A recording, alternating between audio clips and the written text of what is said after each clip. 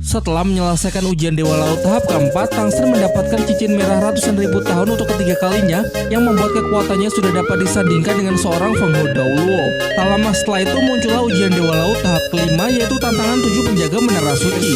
Misi Tangsen adalah mengalahkan satu persatu ketujuh penjaga menara suci dalam pertarungan 1 lawan 1. Batas waktu penyelesaian ujian adalah 72 jam yang akan mulai dihitung setelah menantang penjaga menara suci yang pertama. Sementara untuk Oscar, Daimobe, Susuking, dan Mang Hojun masing-masing cukup mengalahkan satu penjaga suci. Sedangkan Ning Rongrong diberi misi untuk membantu mereka berempat pada setiap pertarungan. Ia akan dinyatakan lolos jika peserta yang ia bantu juga berhasil lolos dalam ujian.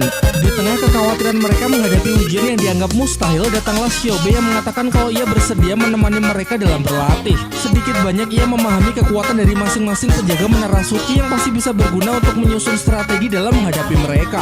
Kemudian disebutkan kalau Oscar akan melawan kenalan lama, yaitu Daoluo kuda laut.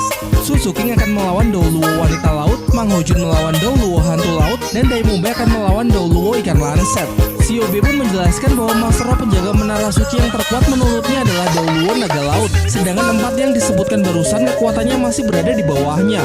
Urutannya dari yang terlemah sampai yang terkuat adalah Daoluo ikan lanset, Daoluo delusi laut, Daoluo kuda laut, Daoluo hantu laut, Daoluo bintang laut, Daoluo wanita laut, dan Daoluo naga laut.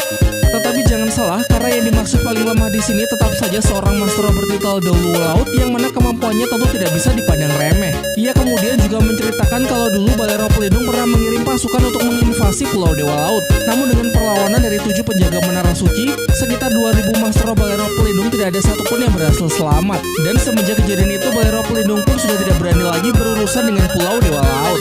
Setelah mendengar cerita dari Xiaobe, Oscar justru semakin tidak yakin kalau mereka bisa menyelesaikan ujian kali ini. Tangsen lalu mengusulkan sebuah rencana, tapi mungkin rencana ini akan terdengar sedikit licik. Rencananya adalah dengan tidak membiarkan seorang penjaga menara suci beristirahat setelah pertarungan.